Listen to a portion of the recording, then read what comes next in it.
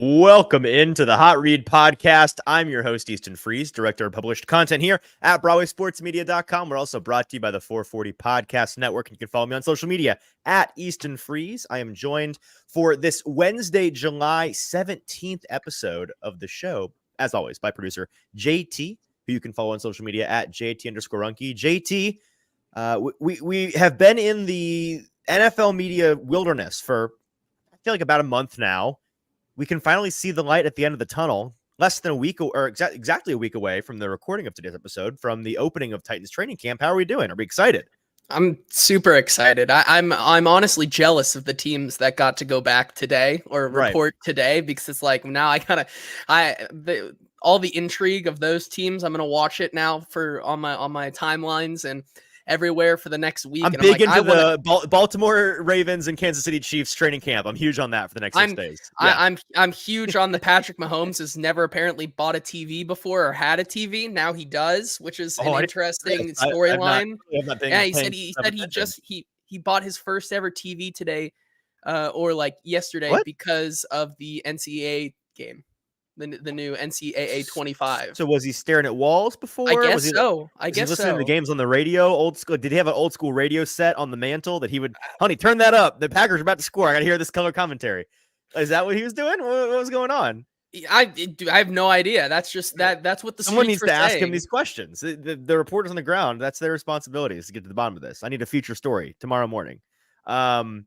Yeah, man, my brain now tells me, oh, I wish that was us and we were doing it this week and we were back in it, because and I get it. From the end of June through July 4th and then the first couple weeks of July, everyone's getting their vacation out of the way.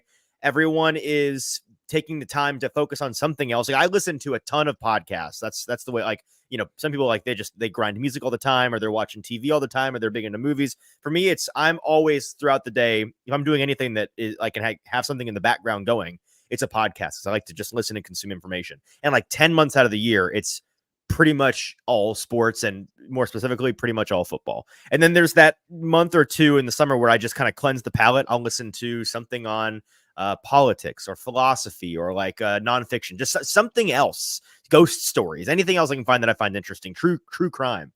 And I've been doing that and enjoying it, but I'm starting to get the itch. I'm like, I need a little athletic football show in my life. I need a little football and other F words in my life. And I know that a lot of these, they're still doing these shows, like all the shows that I listen to, local and national. But in the summer, it's a lot of the same thing over and over. And on this show, we try to keep it fresh, but let's be honest, sometimes it's a little repetitive. And you can finally see the light at the end of the tunnel for content. We're going to get fresh content. Although past me is warning, don't wish training camp too early, because again, training camp gets old in a hurry. And after a month of training camp, it's like, all right, give us the real games. Let's get to the real football. But we'll take training camp for now. Absolutely. And with a team like the Titans, where there is so much intrigue and training camp, a team like the Ravens or the Chiefs, I'd imagine it's a lot of the same. Covering the Chiefs must be weird in general, because it's like nothing. Training camp, certainly nothing matters. Regular season, sort of also nothing really matters. It's like the intrigue actually comes when you get to the postseason, which is a million years from now, it feels. With the Titans, it's like this stuff matters right now, because they are rebuilding, they are shifting, everything is changing. There's all kinds of new personnel, players, coaches, everything is so new. And there's a lot of different angles that are yet to be covered. There are things that have yet to be unearthed. And so that's really exciting. We're going to talk today in a part one preview of training camp, which again begins next Tuesday. JT, one of you or I, or maybe both us, we're not sure yet, we'll be there. I gotta have a baby. I don't know. It's all contingent on where she decides to show up in my life. Somebody will be there, and we'll be doing a show on that Tuesday, covering what happens on day one of training camp. While I'm thinking about it, by the way, folks that are listening, and if you're with us live today, and I'm not focused on my camera, it's deciding to. There we go. If you're with us live today, we appreciate you being here. Wanted to let you know, in case you missed it earlier today, we have known this for a couple of weeks now, but have been unable to share it. The Titans finally announced today that there are going to be a couple of open practice opportunities this August. All of them are, I think, maybe end of July, August, this training camp, for not just Titan season ticket holders to watch training camp practices, but for the general public to watch practice. They're going to have one practice at Nissan Stadium. That's going to be a bit like, there'll be a lot of tickets to that.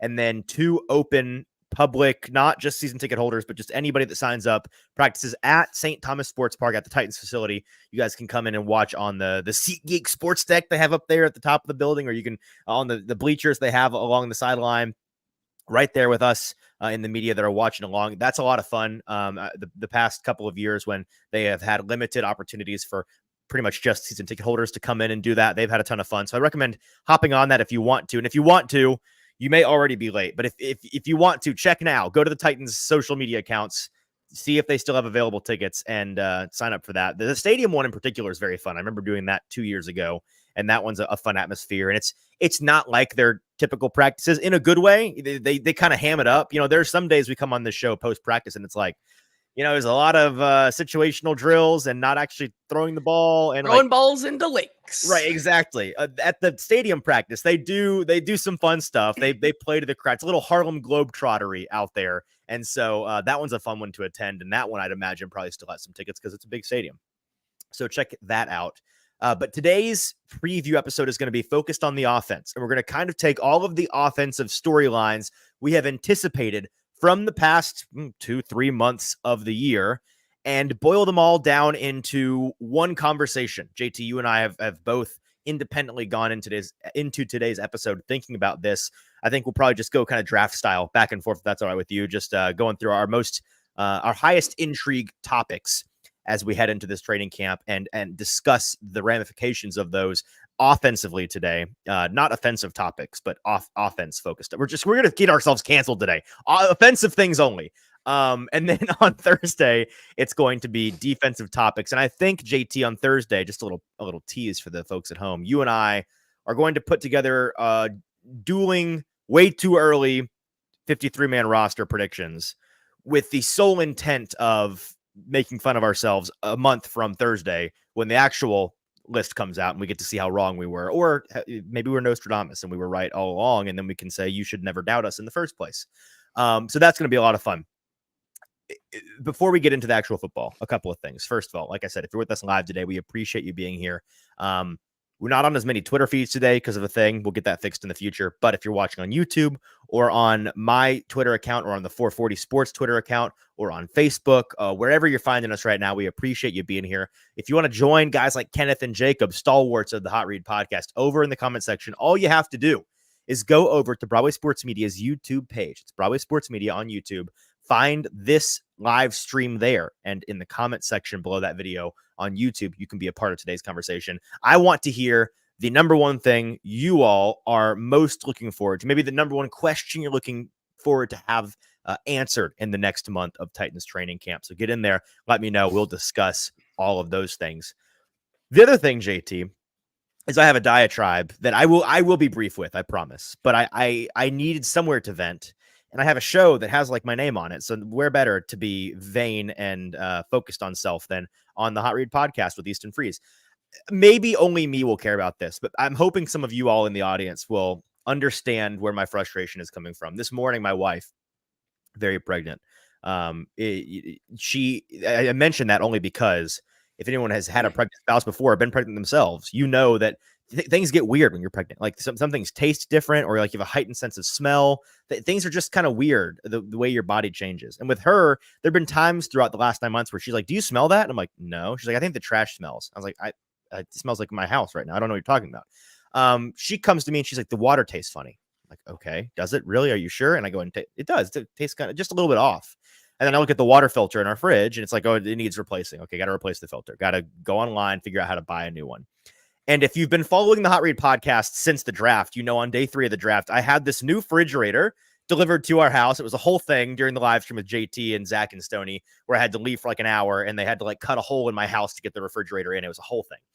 And so it's a new fridge. It's a new filter. Okay, where do I go to get a replacement of these? It's a GE fridge. And I want to mention them by name because screw you, GE, for what you've done to your customers, your crooks, your scoundrels, your thieves. I go online, I go on Amazon, and I look up the model number, and I'm seeing all these, as you do with who needs the brand name filter? You just get the third-party one, get a pack of 3 for $45, call it a day. And they've got all of those different options, but they're all one number off on the model number. I was like, is this the same thing? Is it not? And then I look it up. I go to Reddit. I go to my browser, and I look this up. In 2020, GE changed the technology of their refrigerator water filters to include RFID microchips in the filter that disable your fridge from dispensing any water of any kind unless you buy their specific approved proprietary active charcoal blend water filter, which they just so happen to charge $60 a pop for. Upcharged by like 4 times what the third market options that were previously available to you were. If you try to put one of those third party ones in there, it'll fit, but it doesn't have a chip. And so your fridge will just refuse to give you water. It's communism. It's the least American thing I've ever heard in my life. I feel like you go and you buy a fridge, which you feel like is a one-time purchase, and then you find out you have accidentally opted into a refrigerator subscription model. It's a scam. It is bad faith, and frankly, I think the government should step in. I think that this shouldn't be allowed in our great country. And as I follow this logical train down the tracks, I'm so sorry, Derek, and God, saying first-time live listener. I'm so sorry this is what you're having to hear. I think we're like one logical step away from, a dishwasher with sensors in it that will only wash approved dishes made by the company who makes the dishwasher, or an AI camera in your toaster that refuses to toast bread that isn't made by the company that makes the toaster. At what point does the madness stop? That's what I'm asking, and I think we've gone a step too far here. I mean, clearly you've had a lot of time to mull this over today. Hours of my day. I think you've really built yourself a nice platform here. Look, I was going to like roast you for this, but I guess I understand if it's for and because of your pregnant wife having it, like that is fair. But if this was just like I'll just drink tap water. I'll just drink tap water. That's what I was. We have to have filtered water. I was like, this is a major skill issue because tap water is readily available, or just go out and buy bottled water. But I guess I understand where you are coming from. Of course, there are needs that need to be met. But maybe hopefully once the child has been delivered. And that's the thing is I'm not bending the knee to GE and their monopolistic crooks over there. They're the big wigs. Oh, okay. So you're not giving in. You're just having slightly off water. Newsflash to the GE geniuses that decided to roll this plan out. There are other ways to get filtered water. You could just go to Target, get you a Brita for $20, and then get replacement cartridges for an eighth of the price that you're asking for your stupid proprietary active charcoal nonsense water filter. So that's what we're going to do. Is it less convenient? Absolutely. To have a refrigerator with a water thing and then the water thing doesn't work, or in our case right now, spits out bad water. Yeah, that sucks. But you know what? We'll put up with it because I will not be a party to the madness. I will not be a party to the degradation of our society. Maybe for a birthday gift, I'll just buy you one. I don't know. It's not the point. I don't want anyone to give money to these thieves. These scoundrels don't deserve your well-earned American dollar. That's right. Jacob says, I want my daughter is going to learn. She's going to learn the delicious taste of a little hose water on a hot summer afternoon, that the way the Lord intended it. We were all raised on a little backyard hose water, and we turned out mostly fine. So she'll be mostly fine. Okay. Titans football now, a hard pivot to NFL Titans offensive narratives here in the next month or so of training camp. People in the comments get it. The best water is the backyard hose. There's nothing bad. I don't know about you. Like a good slip and slide day. Did you ever have a slip and slide day as a kid? And then and then you get a long chug of, hey, quit hogging the hose. Give me the hose. I'm thirsty. You just start guzzling that thing like a dog. You hold it to your face. That's the best way to stay hydrated, I think, on outside hose water. Exactly. Yeah, you know what? Babies are born without immune systems, I'm told. She's going to get one in a hurry. She's going to be drinking steady water from the hose from the backyard. Okay. All right. Hard pivot here to the Titans. JT, do you want to defer to me, or would you like to go first? What is the number one thing that we want to talk about in terms of storylines / questions we want answered this August? I'll start us off here with just kind of an overarching theme of what the beginning of training camp in next week will be. And I think that we are going to get gut reactions next week to finally having pads on. We've been talking, we literally for the last 3 months have said, let's see them with pads on. And now we're going to see if our previous biases were correct or not because the pads have now come on, ladies and gentlemen. The pads. Well, let me offer here. one correction, by the way, because it's a new regime with the Titans, and I know there are league-wide rules about when you can and can't wear pads, and it's up to the discretion of the coaches when they choose to use the days they have to. So let's maybe not. There's a chance next week they're just not in them, and it's very frustrating. Well, when they eventually are, yes. next week, the next week, it's coming soon. And when they are, in that the pads coming on, it's the training camp is finally here. Like it's go time, and I think that's where we can finally see if we were correct or not in some of our evaluations of what they did during OTAs. And I think that as we start getting into these more in-depth and more higher energy practices, as we gear up for the season, like Brian Callahan said, it's something that he certainly has probably been sitting on since probably 4th of July or around there, right? Like he's ready to go. He's roaring ready to go. And I think most of us are, and it's going to be interesting to see if the guys that we were high on, some rookies, some UDFAs, some guys who have shown flashes. Let's see if they can continue to string together what they did during OTAs, or when it really comes down to it, they just fall and crash under pressure here. So with that in mind, the first and I think major storyline for this training camp as we head towards next week has to go with Will Levis, right? Yep, that's where I was starting as well. Yeah, we're on the same page. The biggest question and storyline for Will Levis next week will be, how has Will Levis from OTAs progressed to now? And it's pretty simple to see that and as I say they, I mean Brian Callahan, Will Levis himself, the offensive coordinator, Nick Holtz, Bo Hardigree, all these people have been saying that during OTAs, Will Levis was really focused on working on his mechanics and refining some things. And that will continue post OTAs. And then when we get to training camp, it really is going to be the time where you see Will Levis finally kind of fit into that mold and settle in to being this team's number one quarterback.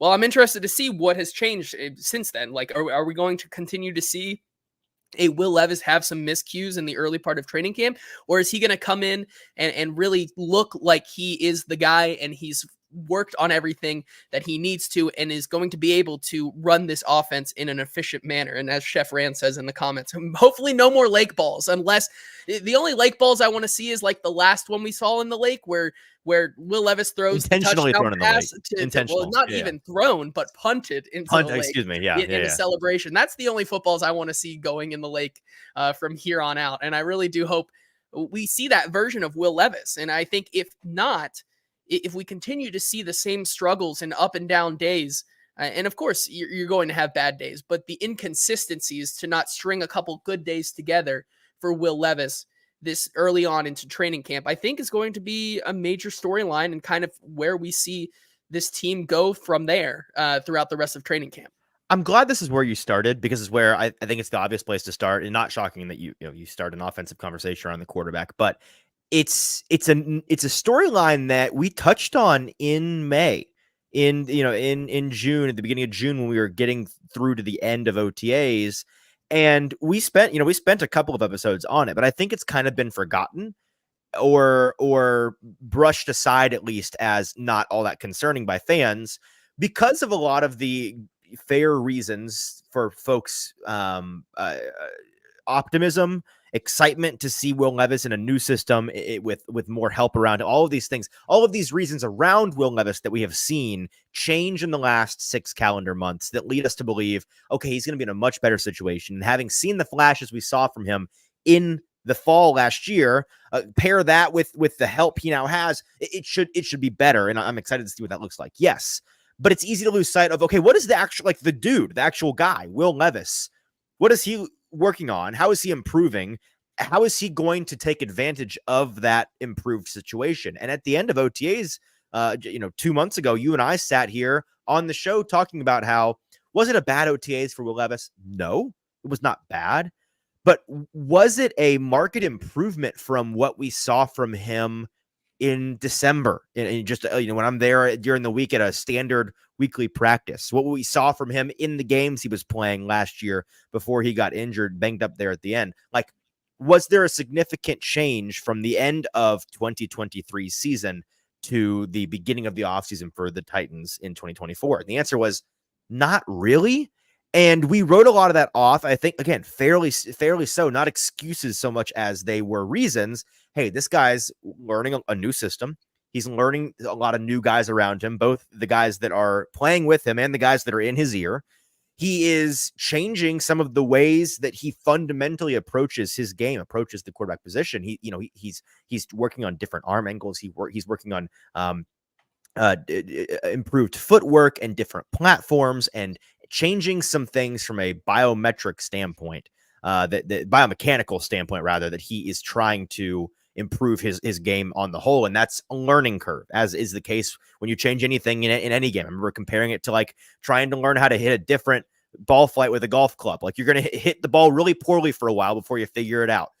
It's time for him to be able to hit that perfect cut. Like, you had the whole summer. You've been training the whole time. We've seen the videos of you and the boys, your trip down to the Baja in Mexico. You're down there in Cabo and you're throwing, and you guys are having a good time and they're hyping you up. All of that has reached a point where it needs to start paying dividends. And I'm not saying that it's not going to, but like you alluded to here at the beginning of the conversation, it's going to be a lot of, overreaction Monday type gut reactions of whatever that first practice, whatever that first that first week of pair of practices, whatever we're going to, that is going to be it's going to be the launching point for the rest of the training camp's conversation.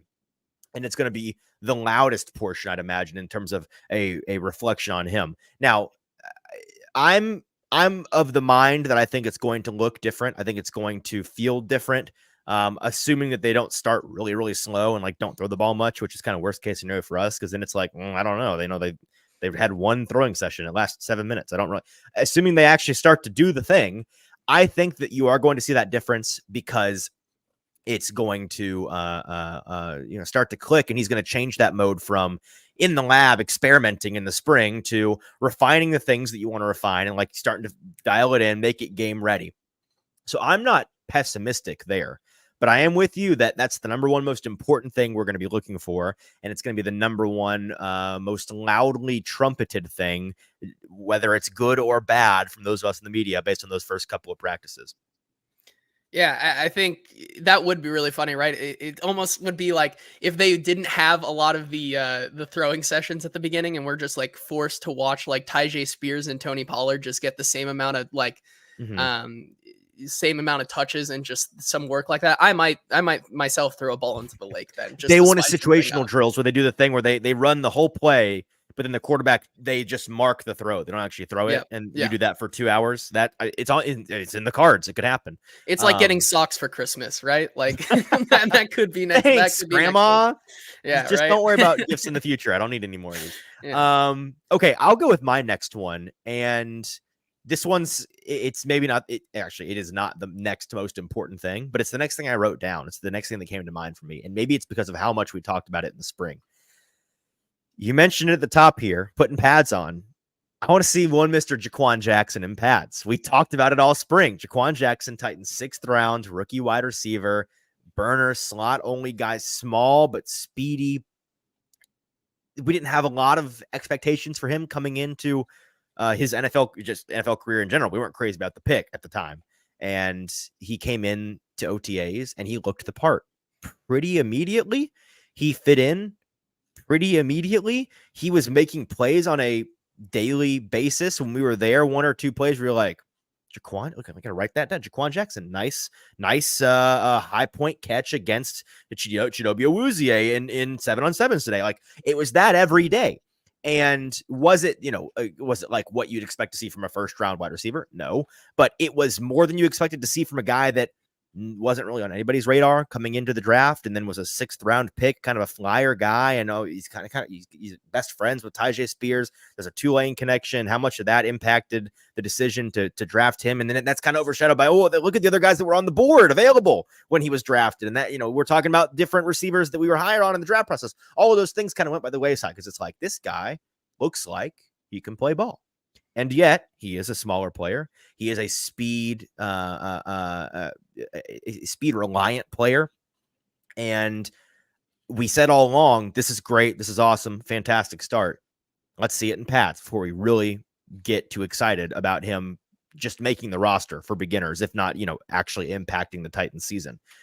once he puts pads on, it would not shock, and I'm not saying this is what I'm expecting, but it would not shock me at all if it became mundane pretty quick. If it became apparent, like there's the sixth rounder. There's the undersized guy that's going to have an uphill climb to make it in the NFL that at the very least is going to take some time to acclimate and figure out his role in this league. That could happen. But there's a part of me that's kind of like, I would love to be wrong about this. I'd love to have been wrong about this guy back in April when we were panning the decision to draft him. I'd love for him to continue to impress us through this offseason process and prove us wrong. And again, I think the ceiling for him this year, even if it continues to be awesome, is, wide receiver 5, a regular contributor on special teams, maybe a returner in some capacity, not maybe, definitely a returner, but like a plus returner in that capacity. That would still be really good, and I think would be an overwhelming success for a 6th round pick that, again, was panned largely when the decision was made. Yeah, I think he's going to have to continue to prove himself. It's one thing to climb the ladder and go get a high point ball when you have no pads on, but let's see it when you have a guy like L'Jarius Sneed or Roger McCreary in the slot going one-on-one against you and playing jamming you off the line of scrimmage. Exactly. How are you grill? How are you going to respond to that? I think is the biggest thing.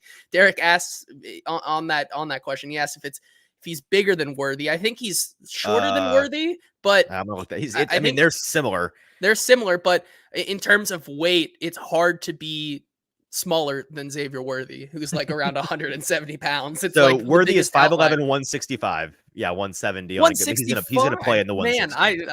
Man, I remember 170. Man, and that's then, that was was the fat boy fake water weight combine. Correct. March weight. That's the Bryce Young 204 weight that nobody actually believes.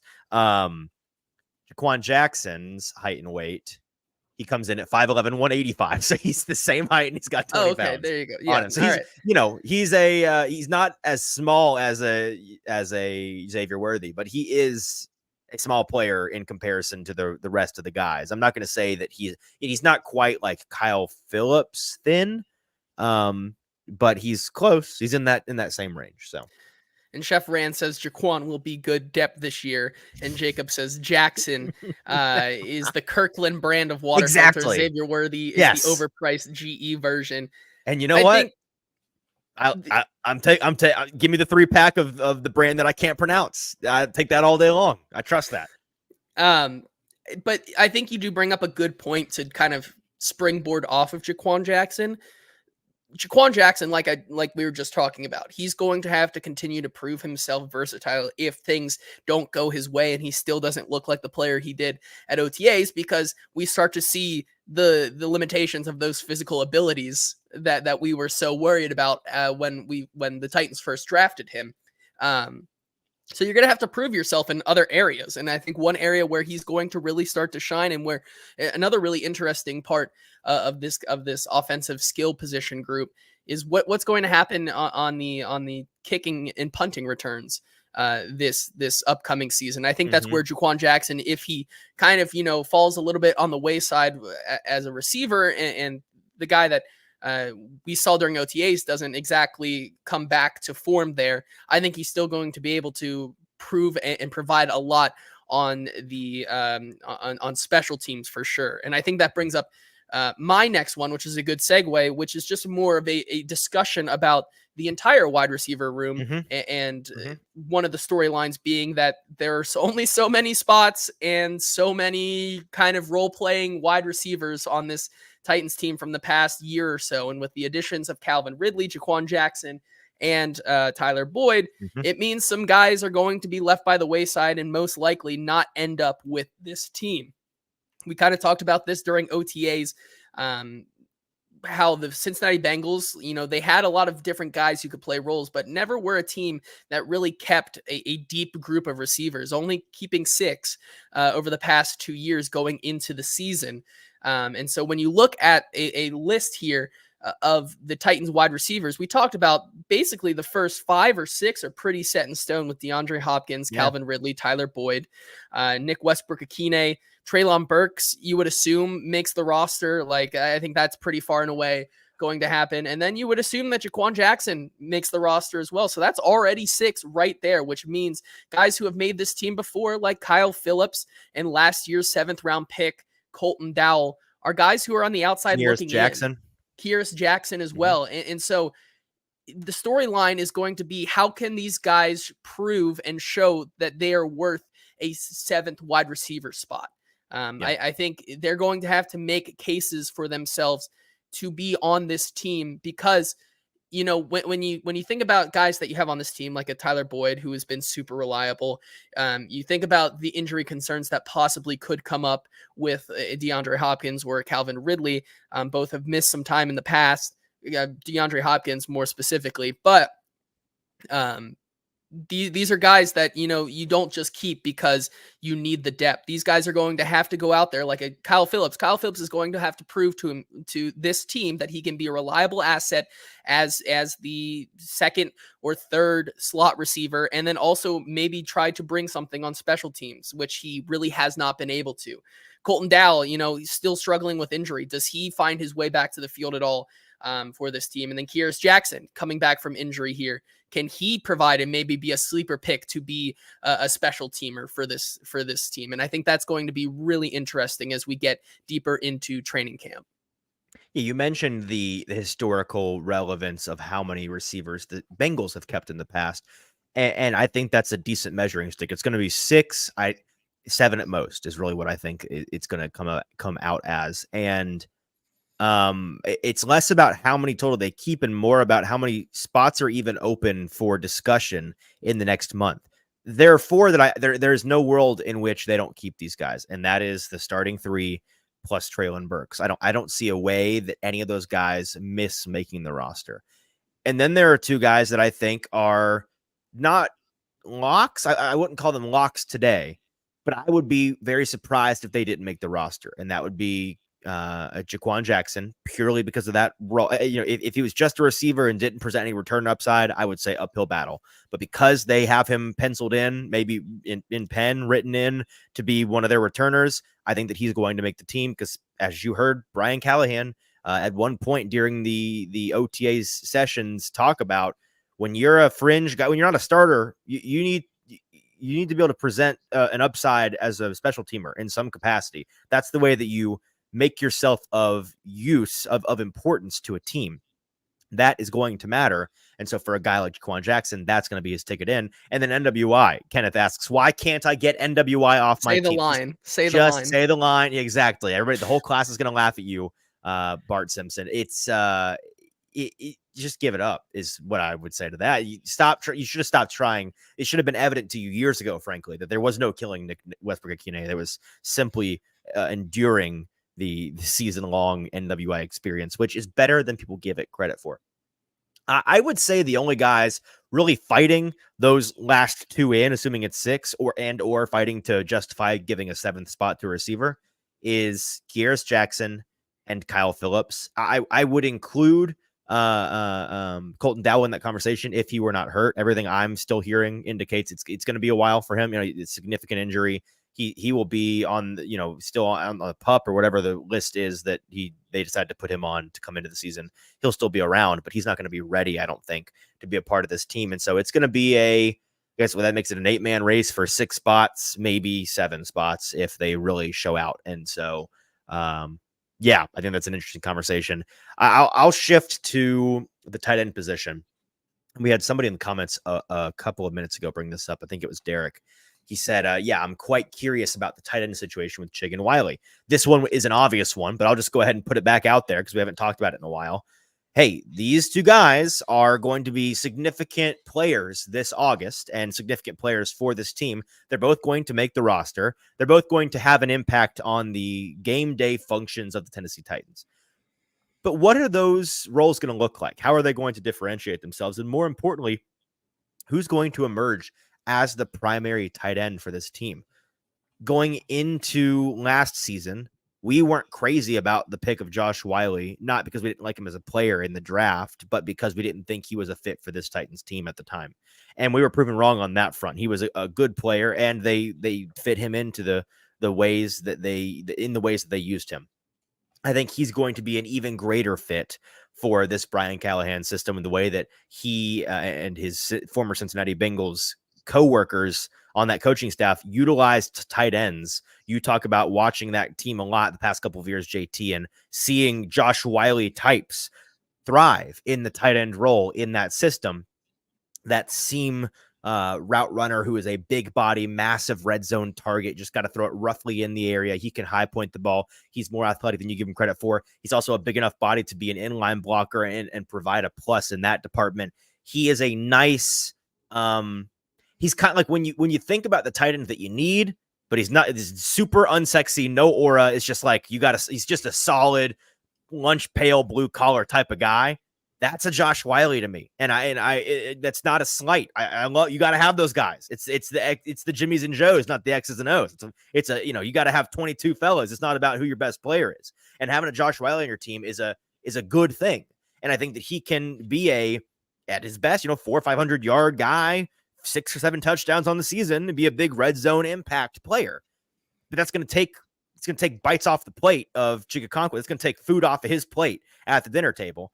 And I just don't know how they're going to utilize them. It's going to be different. Chig's going to be that, get the athlete in space, let him be the yak guy, let him be the guy that you throw the ball to in the flat with a couple of blockers in his way, gets ahead of steam, and then just watch him, like we talked about all last season. It felt like every time Chigakonkwo got the ball in his hands, he thought it was the last time he was ever going to run the football, because he ran like his life depended on it. And so, that's a good thing to have on your football team too. I just don't know how much they're going to use that kind of guy in this new system.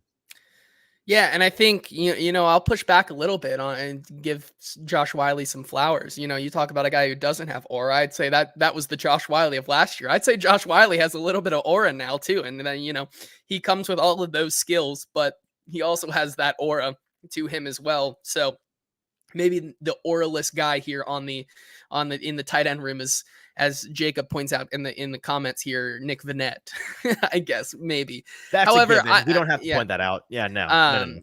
Derek asked an interesting question, and I think he says, think they'll use Chig similar to Debo, and that's an interesting question in theory. I think that's what Chig's, his skill set probably lends him to. I think we talked about this last week on our taco episode, that, if you had to ask me who ends up being the tight end one on this team, my answer would be there is none, because I don't think that either one will be the clear-cut tight end one this season. Well, so that begs this question for you, JT. Do they need one? Is that I don't bad think thing? so. Is that a bad thing? And that's I don't think that's a bad thing whatsoever, because you talk about the Brian Callahan led offenses of years past with the Cincinnati Bengals. The guys that come to mind that fit that Josh Whyle kind of sample size is tight end who has the same name, Drew Sample. You look at a guy like CJ Uzoma. You look at a guy like Hayden Hurst. These guys who, they're not really the athletic specimens who are route running technicians, but you get them in that red zone spot. You get them close to the goal line. They're going to be more productive than say a Chigakonkwo was in this new offense. And so where does that leave Chig? I think that gives him the rest of the field for Brian Callahan to deploy some interesting looks and some interesting packages, like they've alluded to, getting Treylon Burks a couple of those looks every single game, where you have two really athletic guys who can, when they get the ball in their hand, they can have as good of a chance as anybody to take it to the house. You're going to get those Chigakonkwo looks where you're getting those design plays to him. Not to mention, as we talked on last week's episode, that, Chigakonkwo may, outside of the red zone, serve as that primary pass blocker, because he's sneaky, was pretty good at it last season. And I think that's a role that he has continued to develop for himself, and is something that I think goes under discussed. Hey, if you are listening with us live right now, just want to let you know we appreciate you being here, and the conversation is going to continue. But everybody stop what you're doing. If you're just passively listening, pick up your phone, pick up the remote, go and make sure you're subscribed to Broadway Sports Media's YouTube page. We did a lot of work with the YouTube over the summer. We're going to be doing a ton of new stuff this fall. It's going to be very exciting. You're going to want to make sure you're subscribed there, notifications on if that's your kind of thing, and make sure you're liking the video for us. If you can just go ahead right now, take a minute. We're going to take a minute on the show, a little moment of silence for you to go hit the like button. That thumbs up right there. Thank you for hitting that. JT, do you have, I know it's your turn. Do you have written down anything about the running backs on your list? The only thing I was really going to say is which running back makes the case for RB3, and the same thing that we've talked about. And like, it's not really that big of a discussion. Because I have a segue, because I have a thought about your tight end take just there. Sure. That I want to kind of merge with the running back situation, and then I will let you get back in line. But I think you'll find this interesting because, I asked you that question. Does it matter? Does it matter whether or not they have a clear-cut tight end one, a premier guy?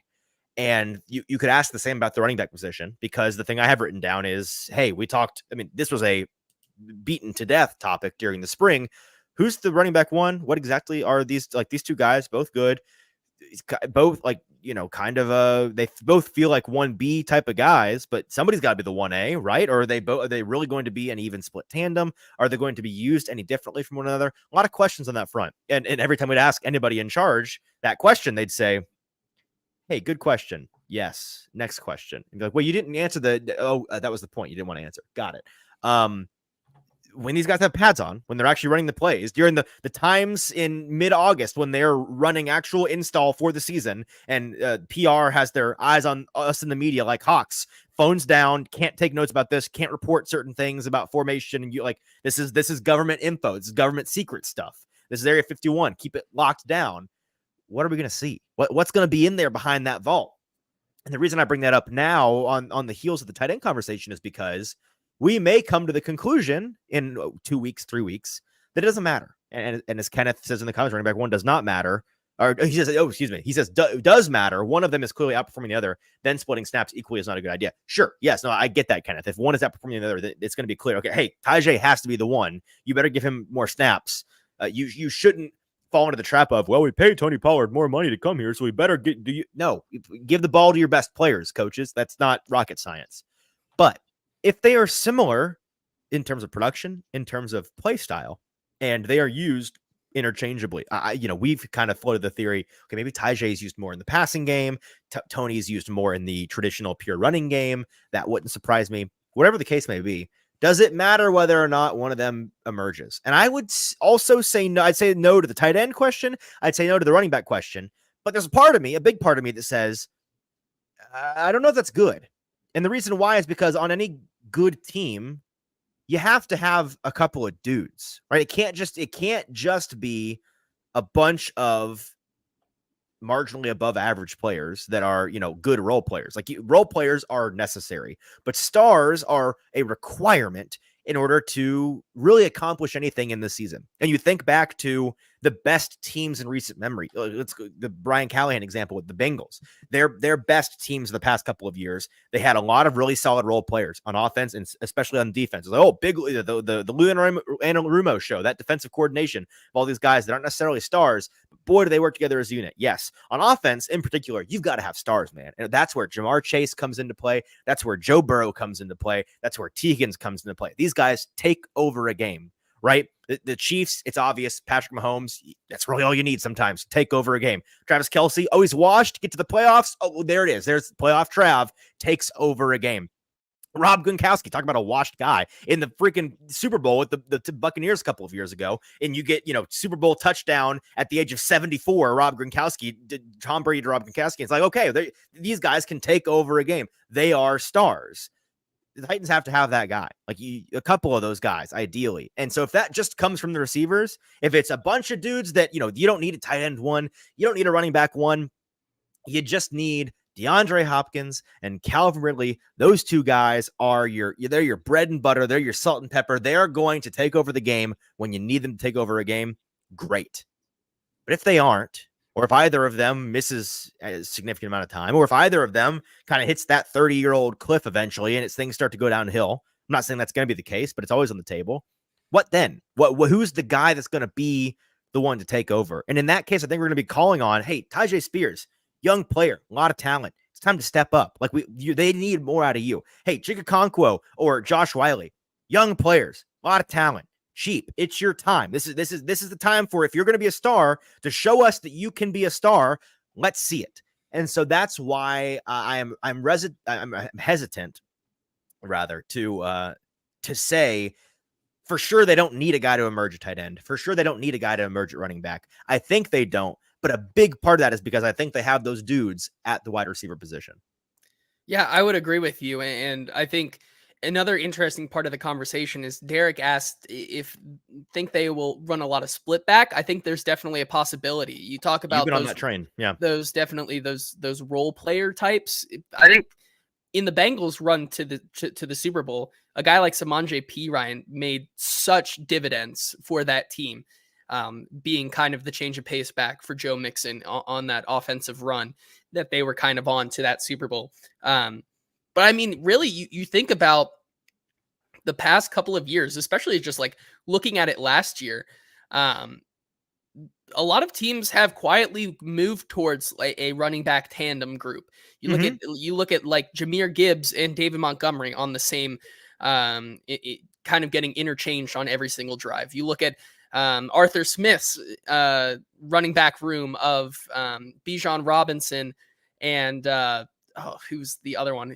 His name escapes me for the Falcons. Player? Or what team? Falcons? Running back. Yeah, Bijan and then the other one. Yeah, I'll look it up. Totally, I'm blanking on it. He was very underrated last year as well. It's going to come to me.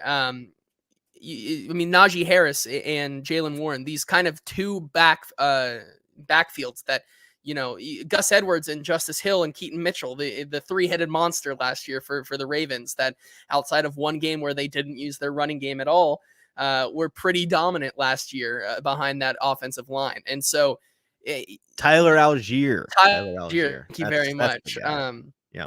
So you talk about teams, you know, is it nice to have one of those guys emerge and be like a very, very good star, young star for this team if it is Tyjae, or will it be a really nice, pleasant surprise to see Tony Pollard return to form, where you're getting pretty good value on that deal? I think that is a good thing to have, but I don't think it's necessary because we've seen teams in the past couple of years kind of scheme more towards a running back by committee. Yeah, I agree. Okay. Sorry for skipping you in line, but I felt like that was a good jumping off point for that conversation. What's the next thing you have written down here? So this is the last thing I have written down here, which is, I hope it has something to do with the offensive line. It does. Okay, good. And so we got to get to that. That's also pretty important. My last thing here for the offensive side of the ball for this episode is the right side of the O-line race. I didn't want to call circled, squared, check marked, highlighted. Right side O-line. Yeah. Yeah. I didn't want to call it the right tackle and right guard race, or the right tackle, right guard race. The right side of the whole line. All you cats over there. All you cats. What's going on? Yeah.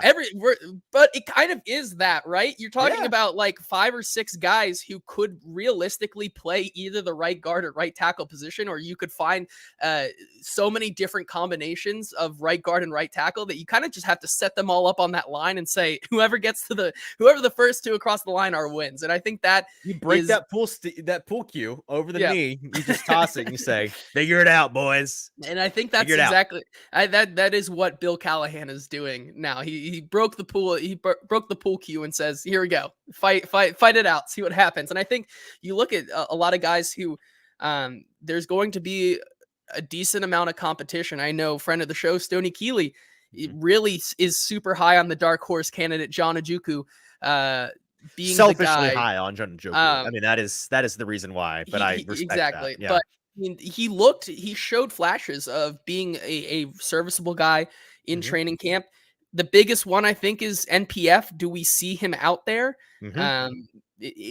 That's his first step to getting his leg up in this race, is just being out there with the team. You talk about these other guys who have been around. Daniel Brunskill, who has been serviceable but might find a better position as being a right guard or center depth. And then the guys that they brought, that Dylan Radins as well, fitting into that right guard position. I think he might be the front runner for that one. And then see these other guys that really felt like they were Bill Callahan decisions to bring them in. Sadiq Charles being a kind of weird signing during free agency, a guy who Bill Callahan spent time with Washington, and then Leroy Watson trading one of those 7th round picks to go get him. You also have Jalen Duncan, who is still hanging around. Like you have all of these guys, even Latavius Simmons, who they signed. There's a lot of guys here that are all fighting for 2 spots. And so I think that is the most Brian Dooley, who's a player that's I'm looking at the roster. He's on the roster. I couldn't tell you the first thing about him. Jerron Christian as well. I think he's on the left side of the line, but you have those guys who could potentially find spots on the right side. Hello. The point to this is that there's a lot of guys who it really doesn't feel outside of like reading the tea leaves that like outside of MPF reading the tea leaves, like they want him to be the guy at right tackle. Outside of that, I think it's anybody's game to prove themselves in training camp here. And so I think that brings up one, the possibility of having a lot of different, combinations. And two, as Derek points out, how do we feel about the depth at the O-line position? I think we're seeing a team that has a lot more depth and versatility than we have seen in a while. Well, on paper, yes. There's a lot of names that you're like, okay, there's, there may be something there. It's not the Titans of the past couple of years. The depth has been a lot of guys that, based on what you've seen or based on their measurements, like what athleticism, whatever, you don't want that guy in the field. We know what the ceiling is. It's not great. Don't do it. Let's avoid that guy getting any snaps. They're now in a situation where they've got guys where you're like, you're not confident by any means. Like, you got to roll Jalen Duncan out there on a Sunday. Like you're circling that matchup for the opposing team. And yet there's a part of you, or at least us, that, we scouted him. I endorsed him as a flyer option pre-draft last year if they were wanting to go and get a guy like that, and they did it. There's some upside there. There's some talent. There's something, they've got it in their body based on what we've seen, whether it's athleticism, but whether it's the traits that they exhibit, whether it is the measurements that they have, the size that they have, whatever. They've got something to them that piques your interest, and you're not sure if we've seen the best of them yet. But again, that's all on paper, Derek, and they don't have a lot of sure things on this roster. So when you've got a guy like Bill Callahan at the reins who inspires the utmost confidence, and you are sure as a fan for good, you have good reason to believe, well, if anybody's going to get, the best out of them, serviceable play out of this guy, Leroy Watson, it's going to be a Bill Callahan job. He's going to be the one pulling the strings, puppeteering that. And so that is good, but we've not seen it yet. And that's a big part of, again, getting back to, let's see these guys get pads on. Last year, around the time of a month from now, 3 weeks from now, it was a weekly ritual for those of us or daily ritual for those of us in the media to go and talk to Arden Key after how many sacks today did you have, Arden? Was it 8, 9, or 10? I like that. And it wasn't good. That was the first kind of cracks in the, Mike Herndon might be right. This offensive line might suck. And that rang very true throughout the season. Let's not see that again, would I think be ideal. And that, let's see if they can, today, I'm not sure the quarterback got touched once, even though they're not actually sacking the quarterback. I'm not sure if they were trying to, they could have, because wow, that right side of the line, they're coming together. They figured something out. It's starting to click for them, whatever it may be. In terms of kind of setting we're going to set our 53-man way too early predictions on Thursday, but I'll go ahead and say today that I think, to kind of refresh people's memories, there's a lot of names being thrown out around there. It seems to be, based on best available information, that the right tackle position is Nicholas Petit-Frères to lose, tentatively. And both the right tackle and right guard, the guys in the pole position aren't like, it's not like NWI where I'm like, well, he's not locked in, but it's his position to lose. No, this is a much flimsier case for these guys than the wide receiver position. So NWI as NPF, different N initials guy. He is the guy in charge of that position, it seems, with guys like Leroy Watson on his heels, like John Njoku on his heels. Those are the guys being considered in that conversation. And then at right guard, I came out of OTAs thinking I'm at the point where I think it's going to be Sadiq Charles. It's his position to lose, but a much stronger competition here. It would not shock me if it's Sadiq Charles. It would not shock me if it's Dylan Radins. It would not shock me if it's Daniel Brunskill. Those are kind of the guys that I think are all in that conversation for that right guard position. Charles, Brunskill, Radins. Just making sure I'm dotting all my T's and crossing all my I's or something like that. Yeah, okay. So that's kind of where I think that position group is at. JT, did you disagree, or do you think the same thing, or what? I think it's a closer race than people want to say for the right guard. I think Dylan Radins may each day we might come out in 2 weeks being like, Sadiq Charles had the better day. Dylan Radins had the better day. Dylan Radins had the better day. Sadiq Charles had the day. Oh, Daniel Brunskill flashed today. Like there's so many things that could happen, but I think that race is going to be the one that is more closely contested. I do, however, have an interesting, possibility here for the right tackle position. Like let's say the hypothetical scenario that JC Latham can't play left. Put him back at right. That's what you're going to say, right? No, I was going to say, okay. Gotcha. What if NPF continues to just kind of be, have a nagging injury and just like things continue to not work out for him right now? That darn FanDuel account strikes again. Right. They're like if the scenario where we continue to see in frustration with NPF being available or things like that, who is the next man for you to, as you talked about, like it is his position to lose, but who is the guy that would be closing that gap on him? Is it Leroy I think Watson? What you're saying is that right guard, they got a couple of guys that wouldn't shot like that you think are starter. Like I think Daniel Brunskill is starter capable. I think Dylan Radins is starter capable. I think Sadiq Charles is starter capable. At tackle, it's kind of like it better be NPF because otherwise I don't know. Exactly. That's what I'm like. If we get to like preseason in the ones are Sadiq Charles and like a Leroy Watson, how does that make you feel about the right side of the line? I genuinely like if you ask me who's your two today, like having not seen them in pads, like just guessing based on it's a Joku for me. Like he's the guy that I have the second most confidence in. And that it's not a lot of confidence, but it's the most of everybody not named NPF. So that, that I'm going to need to see a lot more to have any actual real confidence in that guy, I guess. And so, yeah, I mean, I think that's the point I wanted to drive home. It's like, it better be NPF because a Sadiq Charles, like John Ajukwu, right side of the line does not maybe it turns out great, but to start off the year, it's like that, it's like the three-headed dragon meme where the left side of the line and Peter Skoronski and JC Latham is super fierce. And then you have Lloyd Cushenberry as the center, as the second dragon, who's also fierce, but then is side-eyeing the third dragon, who is just like he's just derpy as all hell because it is literally Sadiq Charles or Dylan Radins and John Ajukwu. Like that could be what the Titans O-line ends up being. But then again, the Bill Callahan factor has not been rarely proven wrong. So it'll be interesting to see. As Jacob says in the comments, as long as none of the Titans offensive linemen are taking post-game advice from Myles Garrett, then he will be happy. That is a fair place to start. It sounds like you're all out, JT. I'm all out of that was the end of mine. Yeah. I had 3 cutting room floor ones that are gross. They're nerdy. I'm just going to throw them out there. We won't spend long fire on this. away. I'm just going to rapid fire some reaction takes. Okay. Some really, they're things that are like, we're probably going to have these conversations and they'll be on August 23rd because we're just going to be so tired of everything else. And like, it's going to be the things that we realized 2 weeks later. That didn't matter what we were talking about. Well, why were we talking about that?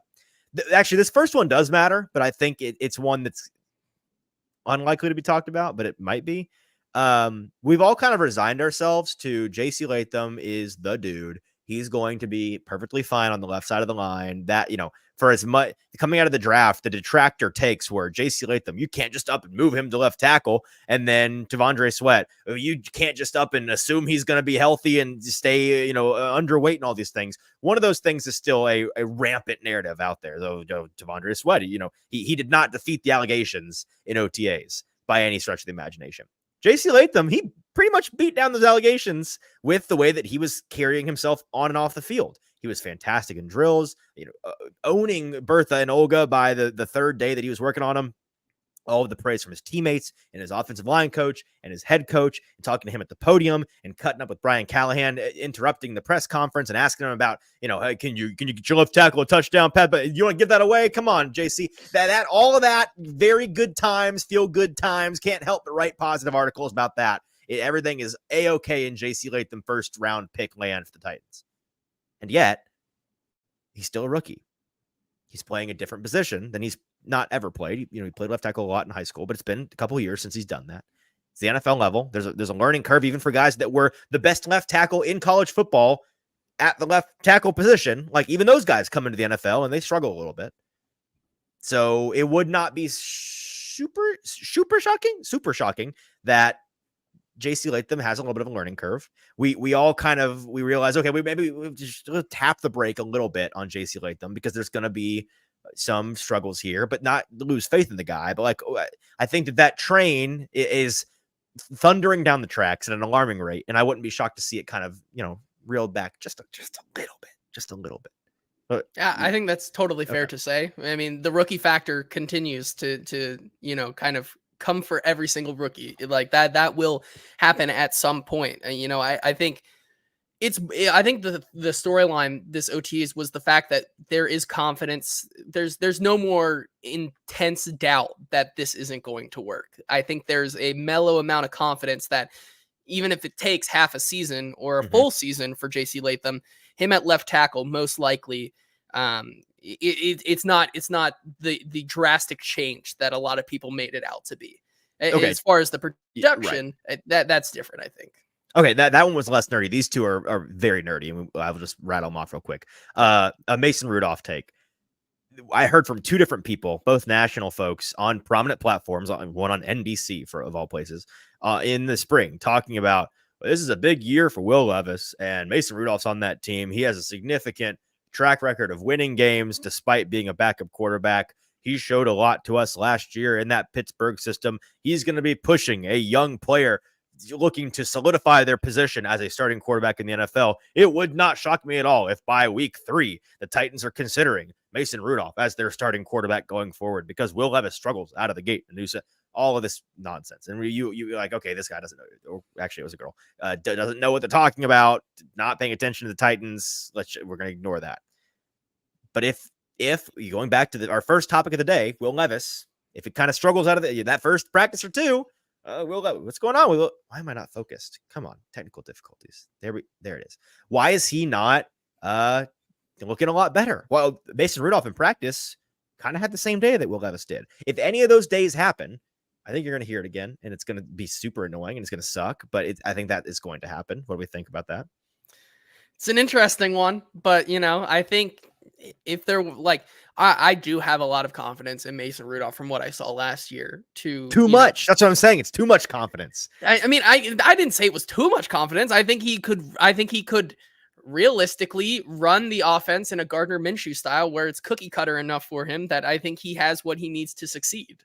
Right. That's okay. So then the last one, this one is just the grossest one. And if you've been a listener of this show for, a year now, going back to last offseason, you know that this is a guy that every year intoxicates me, and every year I get burned. Well, Thomas Odukoya, is my heart once again going to pine? Is he going to come off the international player list? That is the main question. Will he ever make it to an actual active roster practice? Will he be on that active roster? Will thine heart pine for Thomas O in my life on Sundays? Methinks yes. Methinks it will be the case, and my heart will be broken once again. I have nothing else to say on that one. I got nothing else on that one. That's the reason why I put it in the gross nerdy conversation. Yes. Before we get out of here, 2 comments from Kenneth and Derek, seemingly connected. Kenneth asking, I'm surprised offensive play calling hasn't been brought up. Why isn't Brian Callahan a storyline? A fair point. The reason why I don't think either of us thought to bring it up in this episode is because this is topics that we think, questions that can be answered in the training camp process. And you're not going to get play calling questions answered in the training camp process. That's going to be, if we do another one of these episodes between the end of training camp and the beginning of the season, that's going to be what we talk about is, okay, let's finally see this play calling. We've got a little glimpse of it in sessions of practices we can't talk about. And in the preseason game, it's all cookie cutter stuff. It's all, generic stuff they're rolling out there. High school football level schemes. We're not seeing the meat of it until these guys play a game that means something. That's when we're going to be talking about that. It is a storyline. It's just not one yet, in my opinion. And then Derek asking, everyone talks about Callahan's offense as if it's a known quantity. Could it end up looking surprisingly different than Cincy's offense? This is a thought that has crossed my mind. Based on everything we've heard, I think at this point, based on the things he's alluded to, it would be a surprise if it was a dramatically different offense than Cincinnati / just the generic, Shanahan McVay spread system. I think that'd be surprising if it was markedly different, because they've been talking a lot about that. But maybe I mean, we've not seen it. Right? I would say the chance is very low, but it's not zero, is what I would say. Yeah, I would agree there. It most likely. I mean, even Tyler Boyd kind of alludes to that's the reason, at least part of it, why he came here. It's like, to help install the system that he And basically knows when he's already. saying I already know this system, like the whole thing, then I'm assuming it's like the same system. You know Right. what I mean? And I think there is going to be some variation, like, with maybe in like the thing that I keep coming back to, and we talked about earlier, the increasing maybe of seeing even more two back or two tight end sets that Cincinnati never really or ran a lot. Like that could be something that they do, but just kind of how they have the offense set up, it's kind of like you're playing, you have Tyler Boyd to play the Tyler Boyd role. You have Tony Pollard to play the Joe Mixon role. You have Tyjae Spears to play the Chase Brown, Samaje Perine role. You have Calvin Ridley to be the Jamar Chase light in the X. You have DeAndre Hopkins to be the T Higgins light in the Z. Like you have like all these things that line up and make sense on this offense. And so I think there is going to be some variation, but like when it comes to just the standard offense, like Brian Callahan and some players have pretty clearly said that it is going to be a lot of like what he called in Cincinnati. Mm-hmm. All right, that's going to be it for us today on the offensive storylines. Appreciate everybody that tuned in with us live. We'll be back on Thursday.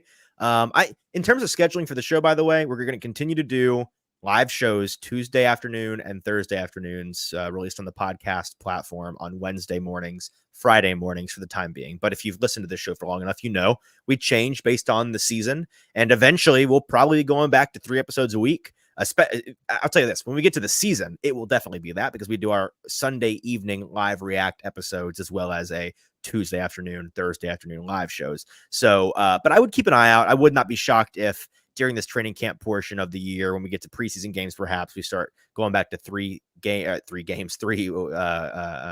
episodes a week. So keep an eye out for some scheduling changes. The best way to keep an eye on all of those things is to be following us on social media at Hot Read Pod on all platforms, on TikTok, on Twitter, on Instagram, especially on the Twitter, the X account. That's where you're going to find all of our programming updates. Whenever we know something's different, we will put it on there. Derek asking 5 p.m. Eastern. Yes, but it's sometime, but we go live unless otherwise stated, sometime between 5 p.m. and 5:30 Eastern time. So for those of us in the Central Time Zone, 4 and 4:30 on Tuesday and Thursday afternoons. Sometimes that's different based on the scheduling and training camp or whatever happens, breaking news, and you'll see those scheduling changes on at Hot Read Pod on X. But otherwise, that is the case, 4 to 4:30. Until 4 or 4:30 in the afternoon on Thursday. I'm your host, Easton Freeze, for producer JT. This has been the Hot Read Podcast. We'll be back with defensive talking points on Thursday. Talk to you then.